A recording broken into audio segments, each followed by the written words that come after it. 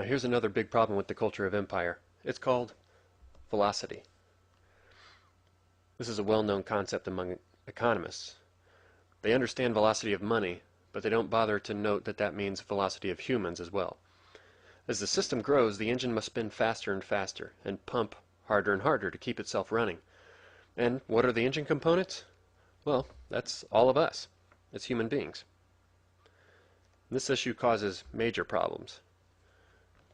We feel it in our endless commutes to jobs we generally don't like. We see it as both parents need to work now when one could easily support a family of 5 50 years ago. We see it as some dads need to work 2 or 3 jobs to feed the kids. We feel it in the tug of war between the corporate leash of the cell phone and against the natural world's call to care for family and just be with people. Sometimes it seems we feel this most when we just step out into the natural world where there is no man-made velocity machine. Nature's power to slow us down is incredible.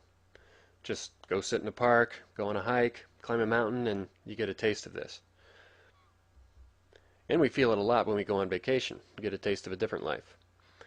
It's like something new starts to open up in us, but sometimes we're anxious to get back to the machine for some reason.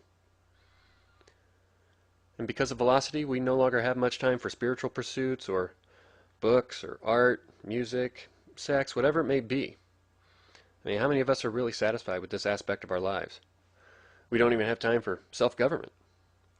A republic depends on bottom-up participation of the people, but we don't have the time.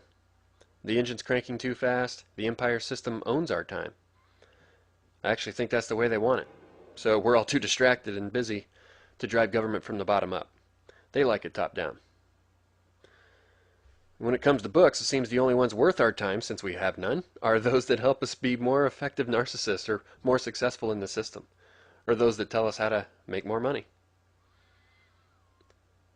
Things like rest, joy, delight, living a slow pace, watching the clouds move, listening to the waves, all of those are devalued because they don't earn money. And artists who try to call us to a different way of life are called hippies and druggies. We're even trained to make fun of people like the French and the Spanish because they have afternoon siestas, as if they'd be better off being back in one of these all afternoon. I mean, this is Twilight Zone stuff.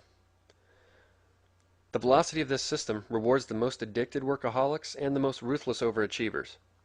And you probably know somebody like this. I used to be one. You may be one of these folks caught in the cycle. And the worst part is, we're trained to think that's good. We're trained to call this form of existence, quote, freedom. You know, if only we had listened to Martin Luther King 40 years ago, I wonder if we can hear him today. Can you hear him, or I'm just curious, are you bristling that I'm critiquing the system in this way? It might be an interesting exercise to take a few minutes to get in touch with what you're feeling right now about this issue of velocity.